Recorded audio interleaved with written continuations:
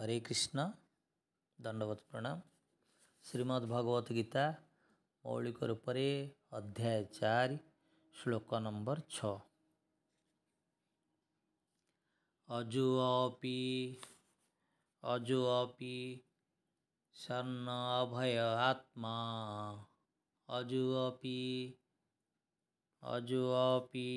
सन् अभय आत्मा भूतानां ईश्वर अपि सनम अजुअपि सन अभय आत्मा भूतानां ईश्वर अपि सनम प्रकृतिं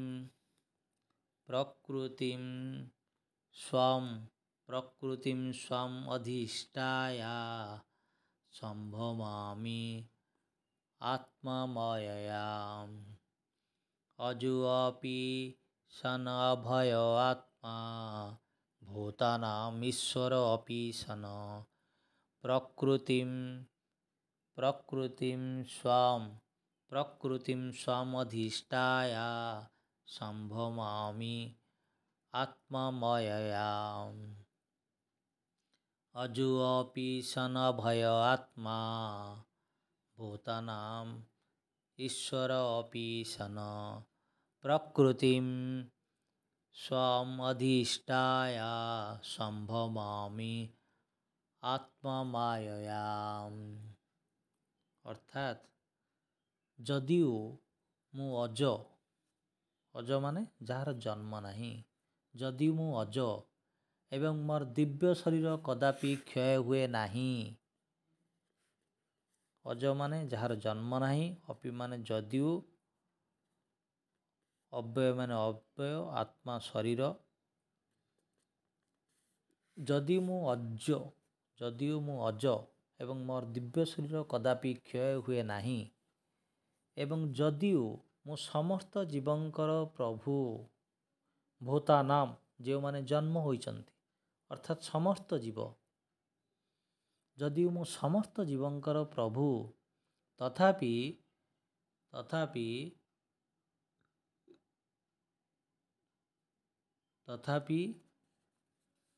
मु मोर मौलिक दिव्य रूपरे प्रतिकल्परे अवतीर्ण हुए। अजुअपि सन्न व्यायात्मा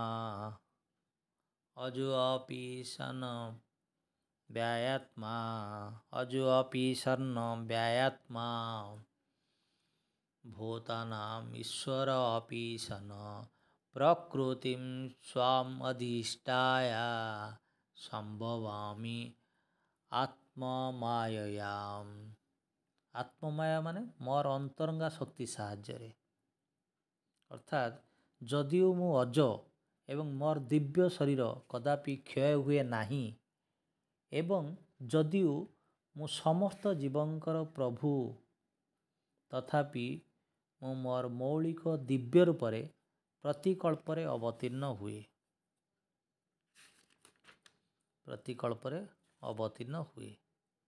यह भगवान कहते दिव्य ज्ञान युग अध्याय 4 दिव्य ज्ञान युग श्लोक नंबर 6। भावार्थ है भगवान एठारे तांकर जन्म संबंधी विचित्र कथा कहिसंती। भगवान एठारे तांकर जन्म संबंधी विचित्र कथा कहिसंती। जदिओ से एक साधारण पुरुष हिसाब रे आविर्भूत हुअन्ति तथापि से तांकर पूर्वजन्म मानकरे समस्त कथा मन रखि थांती, किंतु एक साधारण लोक यह मन रखि पारि न थाए। पूर्वजन्म कथा छाड़ केते घंटा पूर्वे से कौन करिथिला ताहा भी से मन रखि पारे नाही। जदि कौनसी व्यक्ति को पचरा जाए से गतकाली ठीक यही समय कौन करिथिला से ताहा ठीक रूप से कहि पारिबो नाही। सांगे सांगे यार उत्तर देबा ता पक्षरे कष्टकर होई पड़िबो।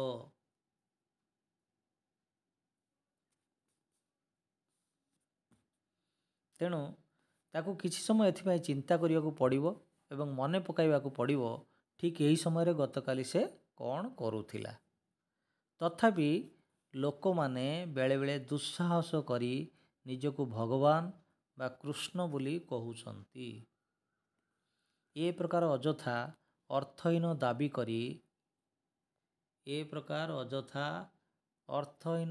କରି କେହି କେବେ ପଥଭ୍ରାନ୍ତ ହେବା ଉଚିତ ନୁହେଁ। ତତ୍ପରେ ଭଗବାନ ତାଙ୍କର ପ୍ରକୃତି ବା ରୂପ କଥା କହୁଛନ୍ତି। ପ୍ରକୃତି କହିଲେ ବ୍ୟକ୍ତିର ସ୍ୱଭାବକୁ ବୁଝାଏ। ପୁନଶ୍ଚ ତାର ସ୍ୱରୂପ ବା ରୂପକୁ ମଧ୍ୟ ବୁଝାଏ। ଭଗବାନ କହୁଛନ୍ତି ଯେ ସେ ତାଙ୍କ ନିଜ ଶରୀର ଧରି ଅବତୀର୍ଣ୍ଣ ହୁଅନ୍ତି। ଯେପରି ଏକ ସାଧାରଣ ଜୀବ ଶରୀର ବଦଳାଏ, ଭଗବାନ ସେପରି ବଦଳାନ୍ତି ନାହିଁ।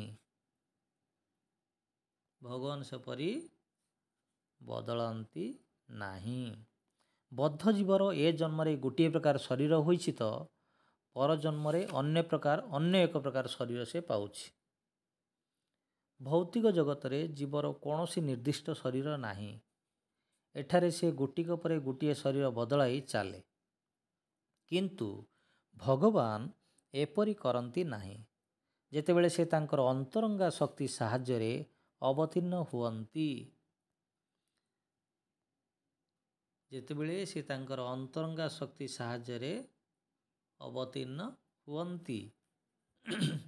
ସେତେବେଳେ ସେ ତାଙ୍କର ମୌଳିକ ଶରୀର ଧରି ଆସନ୍ତି। ଅନ୍ୟ କଥାରେ ଏହା ହିଁ କୁହାଯାଇପାରେ ଯେ କୃଷ୍ଣ ଏ ଭୌତିକ ଜଗତରେ ତାଙ୍କର ମୌଳିକ ଶାଶ୍ୱତ ଶରୀର ଧରି ଅବତୀର୍ଣ୍ଣ ହୁଅନ୍ତି। ସେ ମୌଳିକ କୃଷ୍ଣ ରୂପରେ ତ୍ରିଭୁଜଧାରୀ ଏବଂ ବଂଶୀଧାରୀ ଅଟନ୍ତି।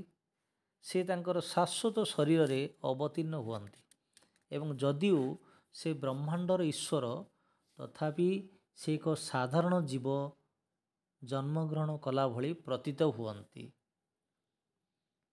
ଏସବୁ ସତ୍ତ୍ୱେ ଭଗବାନ ଶ୍ରୀକୃଷ୍ଣ ଯଦିଓ ଶିଶୁ ଅବସ୍ଥାର ବାଳକ ହୁଅନ୍ତି ଏବଂ ବାଳକରୁ ଯୁବକ ହୁଅନ୍ତି, ତଥାପି ଆଶ୍ଚର୍ଯ୍ୟର କଥା ଏହି ଯେ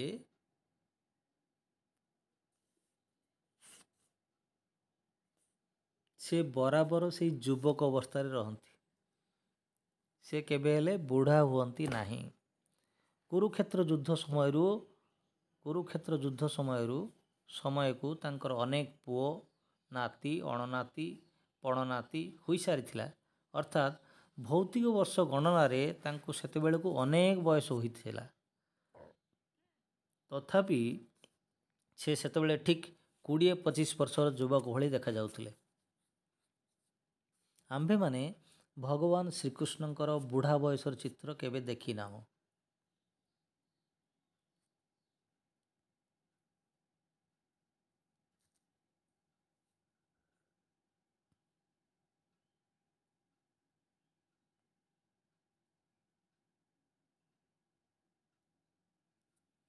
ଅଜୁ ଅପି ସନ ଅଭୟାତ୍ମା ଭୂତାନାଂ ଈଶ୍ୱର ଅପି ସନ ପ୍ରକୃତିଂ ସ୍ୱାମଧିଷ୍ଠାୟ ସମ୍ଭବାମି ଆତ୍ମମାୟୟା।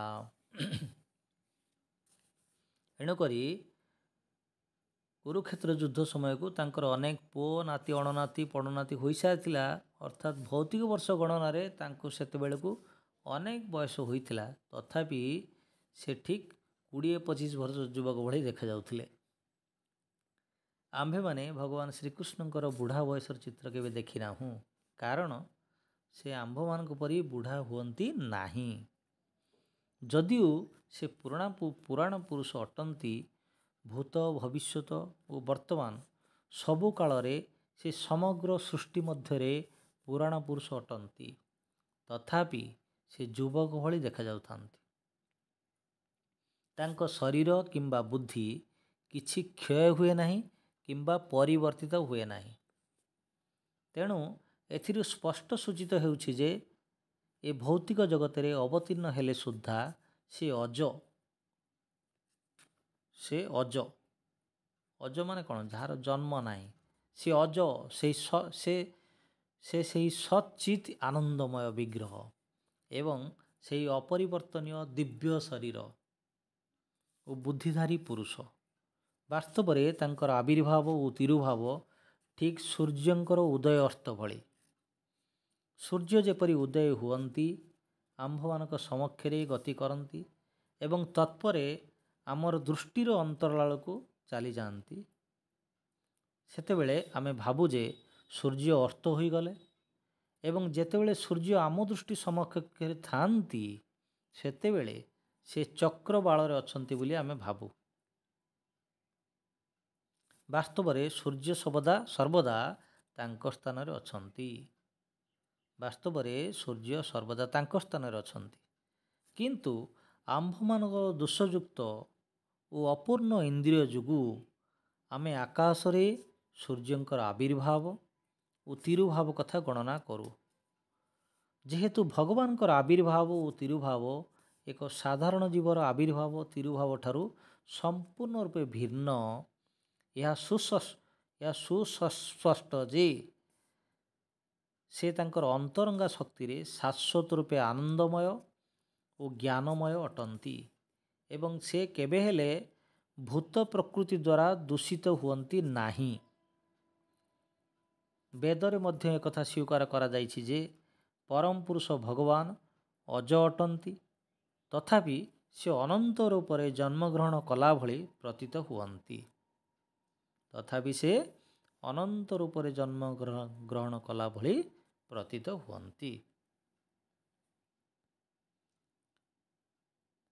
ବୈଦିକ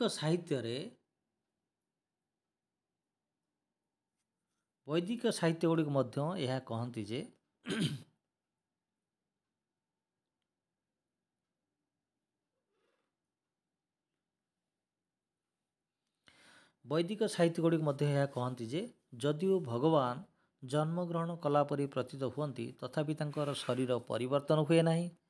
ଭାଗବତରେ ବର୍ଣ୍ଣନା ଅଛି ଯେ ସେ ତାଙ୍କ ମାତାଙ୍କ ସମ୍ମୁଖରେ ଚତୁର୍ଭୁଜଧାରୀ ଓ ଷଡ଼ୈଶ୍ୱର୍ଯ୍ୟ ପୂର୍ଣ୍ଣ ନାରାୟଣ ରୂପରେ ଆବିର୍ଭୂତ ହେଲେ। ବିଶ୍ୱକୋଷ ଅଭିଧାନ ଅନୁଯାୟୀ ତାଙ୍କର ମୌଳିକ ଶାଶ୍ୱତ ରୂପରେ ଆବିର୍ଭାବ ତାଙ୍କର ଅହେତୁକୀ କୃପା ଅଟେ। ତାଙ୍କର ସମସ୍ତ ପୂର୍ବ ଆବିର୍ଭାବ ଓ ତିରୁଭାବ କଥା ସେ ମନେ ରଖିଥାନ୍ତି। କିନ୍ତୁ ଏକ ସାଧାରଣ ଜୀବ ଏକ ଶରୀର ତ୍ୟାଗ କରି ଅନ୍ୟ ଶରୀରରେ ଧାରଣ କଲାକ୍ଷଣି ସେ ତାର ପୂର୍ବଜନ୍ମର ସମସ୍ତ କଥା ଭୁଲିଯାଏ। ଭଗବାନ ସମସ୍ତ ଜୀବଙ୍କର ପ୍ରଭୁ। ସେ ଧରାଧାମରେ ପ୍ରକଟିତ ହୋଇଥିବା ସମୟରେ ନାନା ପ୍ରକାର ଅସାଧାରଣ ଅତି ମାନବ ଲୀଳା ପ୍ରକାଶ କରନ୍ତି। ତେଣୁ ଭଗବାନ ସର୍ବଦା ସେହି ଅଦ୍ୱୟ ଜ୍ଞାନ ଅଟନ୍ତି ଏବଂ ତାଙ୍କର ରୂପ ଓ ଆତ୍ମା ମଧ୍ୟରେ କୌଣସି ତଫାତ୍ ନଥାଏ। ତାଙ୍କର ରୂପ ଓ ଆତ୍ମା ଏକ ଏବଂ ଅଭିନ୍ନ ଅଟନ୍ତି। ପୁନଶ୍ଚ ତାଙ୍କର ଗୁଣ ଓ ଶରୀର ମଧ୍ୟରେ କୌଣସି ପାର୍ଥକ୍ୟ ନଥାଏ। ବର୍ତ୍ତମାନ ଏଠି ପ୍ରଶ୍ନ ଉଠିପାରେ, ଭଗବାନ ଏ ଧରାଧାମରେ କାହିଁକି ଆବିର୍ଭୂତ ହୁଅନ୍ତି ଏବଂ ପୁଣି ତିରୋହିତ ହୁଅନ୍ତି? ତେଣୁ ଏହା ଶ୍ଲୋକ ନମ୍ବର 7ରେ ବର୍ଣ୍ଣନା କରାଯାଇଛି। ଯଦା ଯଦା ହି ଧର୍ମସ୍ୟ ଗ୍ଲାନିର୍ଭବତି ଭାରତ ଅଭ୍ୟୁତ୍ଥାନମ୍ ଅଧର୍ମସ୍ୟ ତଦାତ୍ମାନଂ ସୃଜାମ୍ୟହମ୍।